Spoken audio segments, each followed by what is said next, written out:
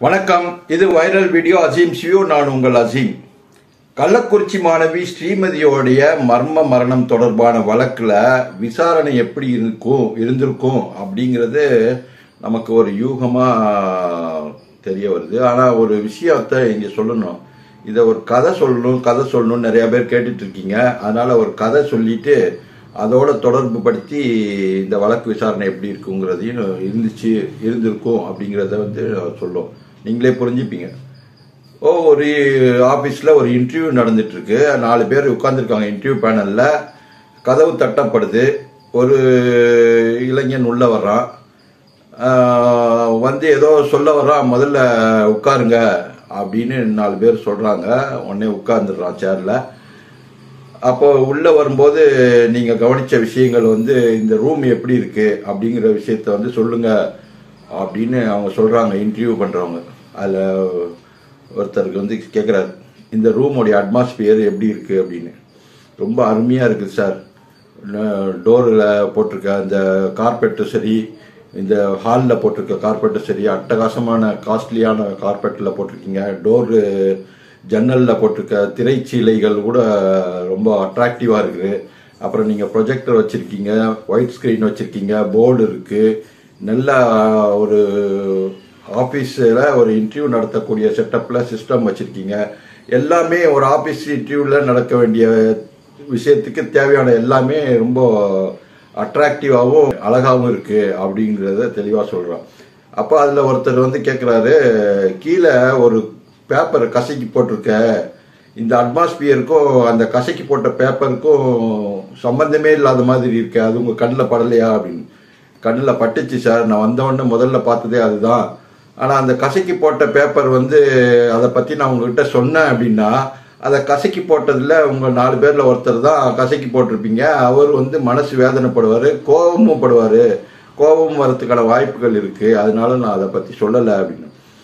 என்ன சொல்ற, யாரு பண்ணிருப்பா அப்படின்னு. உங்க இடது பக்கத்துல இருக்க 2வது ஆளு உட்கார்ந்துருக்காரு பாத்தீங்களா, அவர் தான் அந்த கசக்கி போட்டிருப்பாரு. எப்படி சொல்ற, அவர் முன்னாடி இருக்க ஸ்கிரிப்ளிங் பேட்ல அந்த பேப்பரை பிச்சது, அந்த பேப்பர் துண்டோட மிச்சம் சரியா கிழிக்காம அதுல ஒட்டிட்டு இருக்கு அந்த ஸ்கிரிப்ளிங் பேட்ல. அதை வச்சுதான் நான் சொன்னேன், அந்த பேப்பரை அவர் தான் கசக்கி போட்டிருக்கணும் அப்படின்ட்டு. ரொம்ப கவனமா பார்த்துருக்கீங்க, ரொம்ப அப்ரிசியபிள், நல்ல கவன ஈர்ப்பு இருக்கு உங்கள்கிட்ட அப்படிங்கிறத சொல்லிட்டு, அந்த குப்பையை வெளியில குப்பை பெருக்கிறவங்க இருப்பாங்க, அவங்கள கூப்பிட்டு அந்த குப்பையை கிளீன் பண்ண சொல்ல முடியுமா அப்படின்னு கேட்கணும். அதுக்கு நான் பேச சொல்லிடலாம், அவங்க பேர் என்ன சொல்லுங்க அப்படின்னு. 4 பேர் திருன்னு முழிக்கிறாங்க. யாருக்குமே அவங்க பேர் தெரியல. ஸோ ஜென்ரலாக ஆஃபீஸில் குப்பை பெருக்கிற அம்மா பேர் யாரும் வேலை இருக்கவங்க தெரிஞ்சு வச்சுக்க மாட்டாங்க இல்லையா, அதனால அவங்களுக்கு யாருக்கும் தெரியல. ஸோ பரவாயில்ல சார், நானே போய் சொல்லிக்கிறேன் அப்படின்னு சொல்லிட்டு எந்திரிச்சு போய் வாசலில் இருக்க பியூன் கிட்ட குப்பை பெருக்கிற அம்மா பேர் என்ன அப்படின்னா, அவங்க லட்சுமியோ சரஸ்வதியோ ஏதோ ஒரு பேர் சொல்றாங்க. அந்த பேரை சொல்லி கூப்பிட்டு, இங்க வாமா, இந்த உள்ள ஒரு பேப்பர் குப்பை இருக்கு, அதை கொஞ்சம் கிளீன் பண்ணிட்டு அப்படின்னு சொன்னோன்னே அந்த அம்மா எடுத்துட்டு போகுது. ஸோ அவங்க பேரை சொல்லி கூப்பிட்டு அதை எடுக்க சொன்னது இந்த 4 பேருக்கு அவங்கள அப்ரிசியேட் பண்றாங்க. எல்லா மனுஷங்களையும் சமமா பாவிக்கிறவங்களுடைய அந்த குணம் ரொம்ப நல்ல குணம். அதே மாதிரி அவங்கள பேர் சொல்லி கூப்பிட்டு அவங்களையும் உங்களோட சமமா நடத்துனீங்க, அதுவும் ஒரு நல்ல குணம். உங்களுடைய எல்லா விஷயங்களும் நல்லபடியா முடிஞ்சுது. சரி, கடைசியா ஒரு கேள்வி அப்படின்னு சொல்லிட்டு, எங்கள யார் பாஸ் அப்படின்னு நினைக்கிறீங்க அப்படின்னு. அந்த 4 பேர்ல யாரு பாஸா நினைக்கிறீங்க அப்படின்னு கேட்கும்போது, முதல்ல உட்கார்ந்துருக்க 2 பேரு இந்த விஷயத்துல அமைதியை காத்துட்டு இருக்காங்க. நீங்க ஒரு ஆள் தான் பேசிட்டு இருக்கீங்க.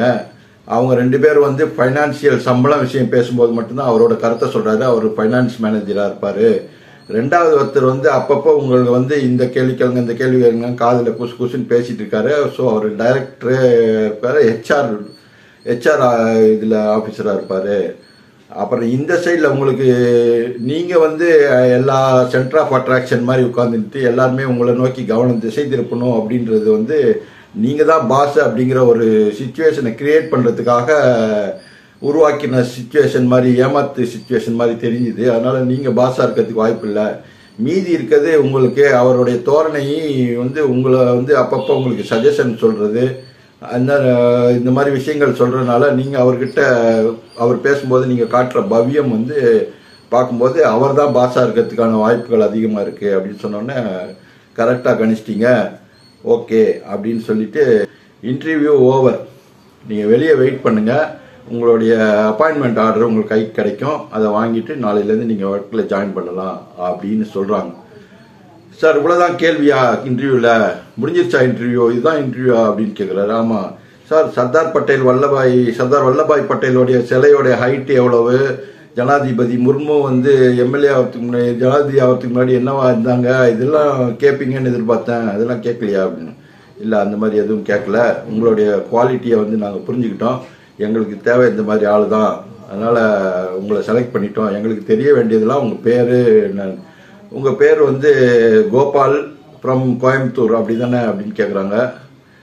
சார் என்ன சொல்றீங்க, என் பேர் கோபால் இல்லை, கோபால் கோயம்புத்தூர்ல வந்தார், வெளியே வெயிட் பண்ணிட்டு இருக்காரு. நான் அப்போ நீ யாரியா அப்படின்னு கேட்டதுக்கு, நான் வந்து இன்டர்வியூ நடக்குது, எத்தனை டீ வேணும், எத்தனை காஃபி வேணும், ஸ்நாக்ஸு சமோசா அந்த மாதிரி ஏதாவது வேணுமா அப்படின்னு கேட்கறதுக்காக வந்தவன் சார், எத்தனை டீ வேணும் அப்படின்னு கேட்கறதுக்காக வந்தவன். நீங்கள் இன்டர்வியூ உட்கார வச்சு மரியாதை கொடுத்து பேசும்போது எனக்கு அந்த அட்மாஸ்பியர் பிடிச்சிருந்தனால நானும் தொடர்ந்து பேசிட்டேன், உங்கள் கூட இன்டர்வியூவில் அட்டன் பண்ண மாதிரி பேசிட்டு இருந்தேன், அது ஒரு இன்ட்ரெஸ்டிங்கான விஷயமா இருந்துச்சு அப்படின்னு சொல்லி அவன் வந்து எதுக்காக வந்தாங்கிற விஷயத்த அப்போதான் ரிவீல் பண்ணுறான். ஸோ இந்த மாதிரி ஒரு சமோசா ஆர்டர் எடுக்க வந்தவன்ட்ட, டீ ஆர்டர் எடுத்தவன்ட்ட இன்டர்வியூக்கு வந்தவன் அப்படின்னு நினச்சி அவங்க இன்டர்வியூ பண்ணியிருக்காங்க.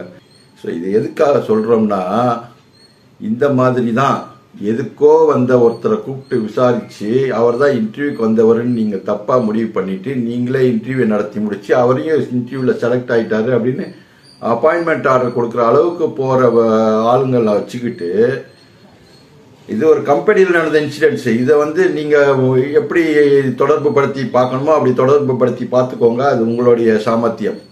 நான் சொல்ல வந்த விஷயம் இதுதான், சம்பந்தப்பட்டவர்களை விட்டு சம்பந்தம் இல்லாதவர்களையே தொந்தரவு படுத்துற மாதிரியா தான் இந்த வழக்குல விசாரணை நடந்திருக்கு. விசாரிக்க வேண்டியவர்களை விசாரிக்கல, அதாவது இன்டர்வியூ பண்ண வேண்டியவங்களை இன்டர்வியூ பண்ணல அப்படிங்கிற மாதிரி, விசாரிக்க வேண்டியவங்களை சரியா விசாரிக்கல அப்படிங்கிறது தான் இந்த வழக்குல இருந்து தெரிய வர்ற உண்மை. அது வந்து எப்படி விசாரிச்சாங்க, ஏது விசாரிச்சாங்கலாம் ட்ரையல் வரும்போது தான் தெரிய வரும். ஸோ அவங்க விசாரிக்கும் போதே நிறையா பேர் வந்து வாக்குமூலத்தில் வந்து தப்பாக சொல்லியிருக்காங்க. அதுலேருந்து அவங்க நம்ம கண்டுபிடிச்ச விஷயங்கள் என்னென்னு பார்த்தீங்கன்னாக்கா, அந்த மாணவி அங்கேயே இறந்து போயிருந்தா, இறந்து போன உடலை தான் காப்பாற்றுறதுக்காக தூக்கிட்டு போனாங்க அப்படிங்கிற மாதிரியான ஒரு விஷயம் நடந்திருக்கு. ஸோ இறந்து போன மாணவி பாடி, டெட் பாடி அப்படின்ற மாதிரியான வார்த்தை பிரயோகங்கள் அங்கே இருந்திருக்கு. உயிரற்ற உடலைத்தான் தூக்கிட்டு போயிருக்காங்க அப்படிங்கிறது அவங்களோட வாக்குமூலத்திலேருந்து தெளிவாக தெரிஞ்சிருக்கு. ஸோ இந்த மாதிரி விஷயங்களில் விசாரிக்க வேண்டியவங்களை முறையாக விசாரிக்கலையோ அப்படிங்கிறது தான் நமக்கு தோணுது.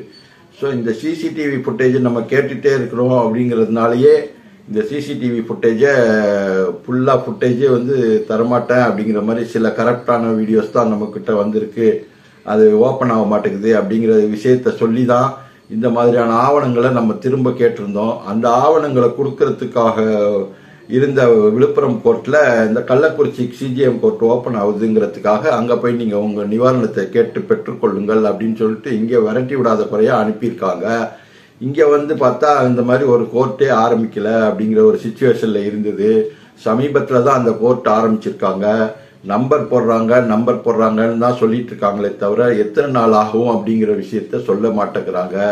நம்பர் போட்டுக்கிட்டே இருக்கட்டும், எப்போ விசாரணைக்கு வரும் அப்படிங்கிற தகவல் வந்து வெளியே வருமானு பார்த்தா, நம்பர் போட்டால் தானே அந்த ட்ரையலுக்கு கொண்டு வர முடியும், சம்மன் அனுப்ப முடியும் அப்படிங்கிற பதில் தான் நமக்கு வந்து விடையாக கிடைக்குது. ஸோ நம்ம வந்து பொறுமை காத்துட்டு இருப்போம். ஆனால் பொறுமை எவ்வளோ நாள் தான் பொறுமையாக இருக்க முடியும் அப்படிங்கிறது ஒரு கேள்விக்குறி.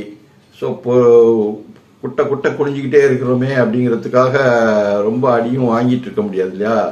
அதே மாதிரி இவங்க சீக்கிரமாக விசாரணைக்கு சம்மன் அனுப்பி விசாரணைக்கு கூப்பிட்டு நாங்கள் கேட்குற ஆவணங்களெல்லாம் கொடுத்து இந்த வழக்குக்கு உயிர் கொடுத்து இந்த வழக்கை சீக்கிரமாக ட்ரையலுக்கு கொண்டு வரணும், பாப்பா மோகன் சாரை வந்து கொஞ்சம் பிஸியாக்கணும் இந்த வழக்கில் அப்படிங்கிற இதை தான் சொல்லிக்கிறேன்.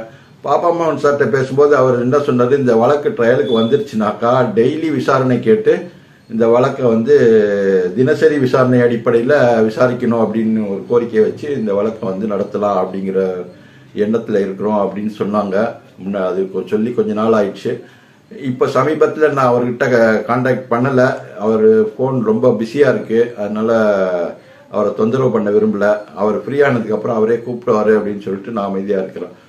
இதுதான் நடந்த விஷயங்கள் இது வரைக்கும்.